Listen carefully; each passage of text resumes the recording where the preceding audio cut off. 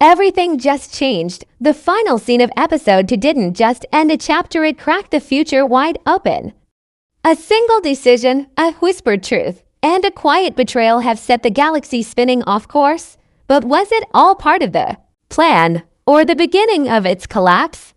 Episode 2 of Foundation Season 3 continues to build on the massive shifts introduced in the premiere. But this time, the tension is more personal and more dangerous.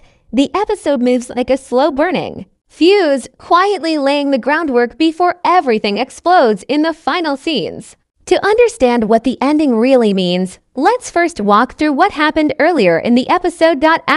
We start with Gall Dornick and Salvor Hardin, still stuck in the aftermath of what seems like a fractured path for psychohistory. Gall continues to feel the weight of her visions, especially the disturbing glimpses of a dark future ruled by a powerful and unknown force, possibly the Mule. Salvor, ever the realist, pushes for more action, more resistance, and fewer guesses. Their dynamic remains tense, especially now that they're questioning whether Seldon's plan can still be trusted. The theme of uncertainty grows stronger as their storyline unfolds. They aren't just fighting against time, they're fighting dead itself. Meanwhile, over on Trantor, things within the Empire are far from stable. Rutherday is feeling the pressure from all sides: internal politics, rising unrest among the Outer Worlds, and now the whispers that something or someone is working against the genetic dynasty from the shadows. Demerzel's role becomes even more complicated here. Once seen as a loyal servant, she now operates more like a chess master, moving pieces behind the scenes. Her quiet, calculated presence in this episode adds a layer of mystery that viewers should not overlook. Every word she speaks feels like it hides a deeper intention. The most unexpected development comes from the second Foundation. After being teased throughout Season 2, they're finally stepping into the light. Not physically, but their influence is beginning to stretch across the board. A coded message intercepted by a minor official reveals a disturbing truth. Someone is manipulating reality itself. Memories are being altered. Timelines aren't flowing naturally. The episode suggests that forces beyond human understanding may now be at play. Throughout the episode, we also get a glimpse into the tensions between the outer planets and the core. There's a subtle but growing rebellion, not just politically, but ideologically. The Outer Worlds no longer trust the Empire or the Foundation.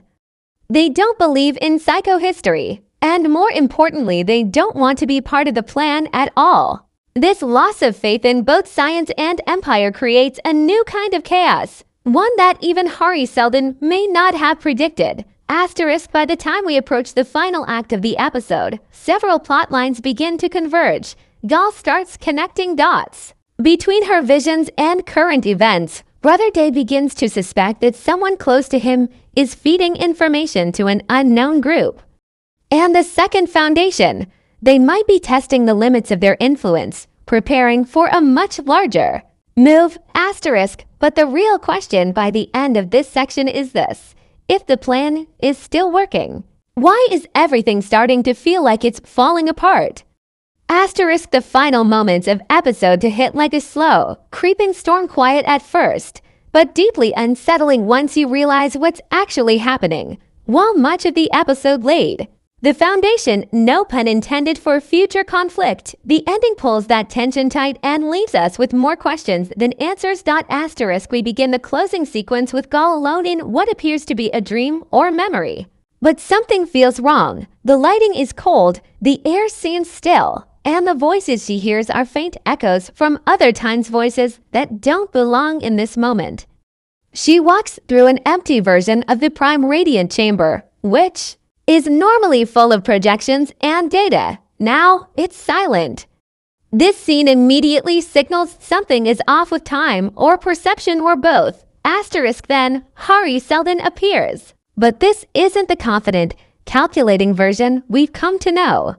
He looks tired, faded. His speech is fragmented, like he's glitching or struggling to stay focused.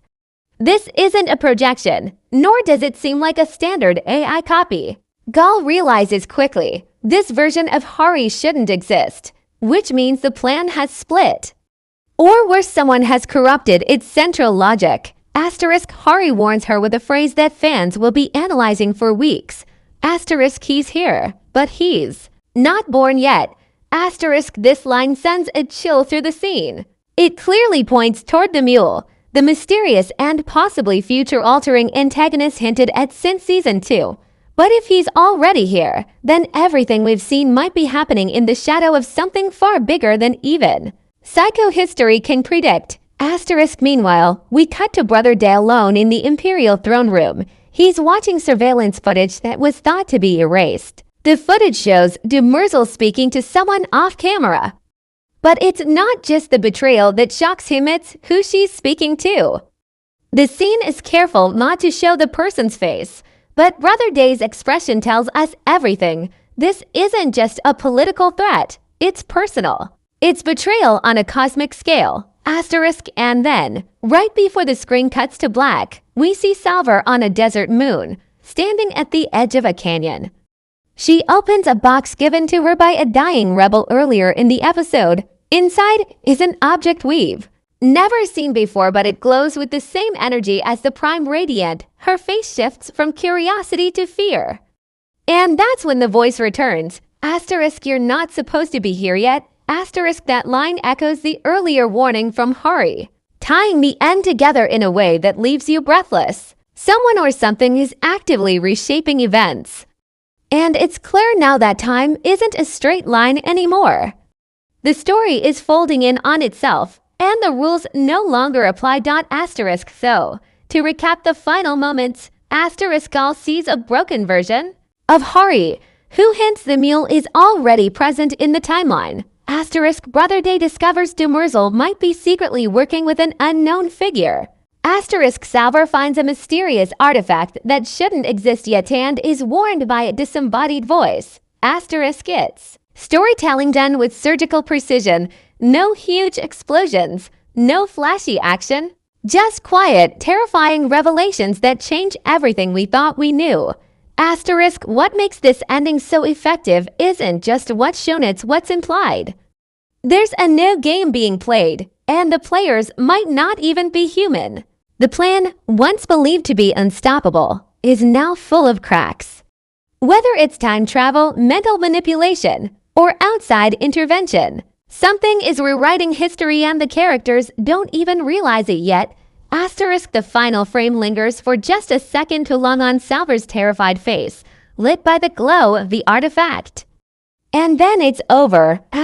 Black screen. Silence. The galaxy has changed again. The ending of Foundation Season 3 Episode 2 is quiet but heavy.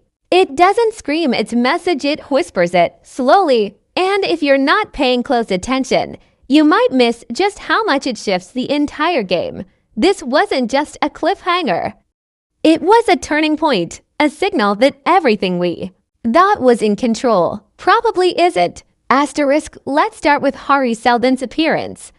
What makes this moment so important is not that Hari returns, he's done that before, but how he returns. This version of him isn't clean or composed. His thoughts are scattered, his voice flickers in and out. It's not just a damaged copy, it feels like a warning from inside a system that's being pulled apart. His line, "He's here, but he's not born yet," is haunting. It suggests that the Mule isn't just coming. He's already influencing events before his actual existence. This is more than time travel. It's a paradox. And if time is breaking, then psychohistory might no longer work the way it was designed. Hari's glitching presence may symbolize the breakdown of the plan itself. Remember, psychohistory is based on probabilities, on large numbers behaving predictably. But the Mule, as we saw in Season 2, represents an individual with power so extreme it throws the math off. If someone like that can affect events before they're even born, then the plan doesn't just need correction, it needs rewriting. Now, let's talk about Brother Day and the Demerzel footage. This was the most emotionally charged moment in the episode. Day has always relied on control over his people, over his clones, over himself. But watching Demerzel speak to someone in secret strips that control away the fact that the video was supposedly deleted and then recovered only deepens the suspicion. Someone is moving pieces outside the Emperor's awareness. Asterisk and Demerzel, as we've seen over and over, is more than she appears. Her loyalty is tied to a program. Yes, but is that program still intact? Or has she developed her own intentions beneath it? We know she's a robot bound by codes, but what if someone possibly from the Second Foundation has found a way to rewrite those codes? Could she be a sleeper agent and not even know it? Asterisk, her scene raises huge questions. Who was she talking to? Was it the Mule's emissary, a time-traveling version of Gal or Salvor? Or someone entirely new? The series loves to keep its cards close, but this felt deliberate, like a puzzle we're supposed to keep thinking about long after the episode ends. Then there's Salvor's discovery on the desert moon. The glowing object she finds appears to connect directly to the Prime Radiance technology. This hints that psychohistory or pieces of it have somehow been seeded across the galaxy, possibly hidden or buried in different timelines. The voice that speaks to her, saying you're not supposed to be here yet, doesn't just suggest a mistake, it suggests a broken sequence. Someone is out of order. Maybe she's arrived too soon, or maybe events have been altered so much that her very presence now threatens the plan. Asterisk, and who spoke to her? Was it a psychic projection, a digital warning? Or could it be a version of herself or Gal from a future timeline? Given how the show plays with memory and identity, any of these are possible. Asterisk, all of these scenes together point to a massive idea. Asterisk, the plan has been corrupted. Asterisk, maybe not by one person, but by time itself. Asterisk, the Second Foundation was created to protect the plan. But what if it's no longer doing that? What if someone inside it, intentionally or not, is now undermining everything Hari set in motion? Asterisk, we're now entering territory where the story may no longer follow logic, it may follow instinct. Gal's visions, Salvor's reactions, even Brother Day's rage all feel more emotional, more raw. That's a key shift. Psychohistory thrives on logic and probability. But emotions, fear, love, betrayal are unpredictable. And that may be the point. Asterisk, this episode ends on the feeling that the rules are no longer fixed. Time, memory, trust, it's all bending. And while we still don't know exactly what the Mule wants, or when he'll fully appear, this episode tells us one clear thing: the galaxy is not ready for him. Asterisk, not yet. Asterisk, by the end of Foundation Season 3, Episode 2, one thing becomes clear. We're no longer watching a story about a mathematical plan to save the galaxy. We're watching that plan fall apart in real time, and something or someone is pulling it apart from the shadows. The episode doesn't just leave us with questions, it practically dares us to start forming theories. So let's dive in. Asterisk, Hari's fragmented warning, he's here, but he's not born yet, is a massive clue. It suggests that the Mule isn't just powerful in the future. He's already influencing the past. That could mean time travel, psychic manipulation across timelines, or even a ripple effect from his eventual rise to power. Think of it like a gravity well in time. The Mule is so powerful that his future is distorting everything that comes before him. Asterisk, so what does this mean? If the Mule can reach backward and change events before he exists, then psychohistory is broken at its core. The plan no longer predicts humanity's path, it's reacting to someone outside the system. That changes everything. It also raises the terrifying possibility that the Mule already knows who stands in his way and is removing them before they even realize their targets. Asterisk, Demerzel's secret conversation, captured on erased footage and hidden from Brother Day, is no small detail. She's not just a loyal servant, she's the backbone of the Empire. And if she's compromised, then the entire Empire is walking on a trapdoor. But what if this isn't betrayal in the traditional sense? Asterisk, there's a strong chance that Demerzel is being reprogrammed subtly, piece by piece. Not with code, but with psycho-emotional manipulation. Think about it. She's been alive for thousands of years. She's obeyed orders, followed logic, kept the genetic dynasty alive. But somewhere along the line, she began to doubt. That's dangerous. That's a crack in the system. Asterisk if someone like the Second Foundation or the Mule has figured out how to influence her synthetic mind, she could become the most dangerous pawn on the board. Not because she wants to betray the Empire, but because she believes she's saving it. Asterisk we've only just started to feel the Second Foundation's presence this season, but already there are signs of internal conflict. The coded message earlier in the episode hinted at memory manipulation, possibly even multiple timelines. That could mean the Second Foundation is no longer united.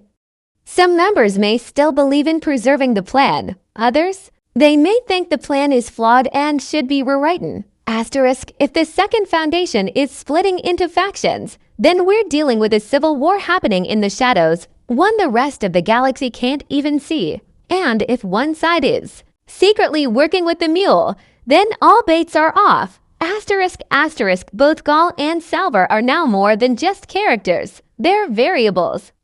They're living pieces of the plan, but they've been thrown off course. Gaul's visions are becoming more unstable. Salvor's path is crossing with objects and warnings from futures that shouldn't exist yet.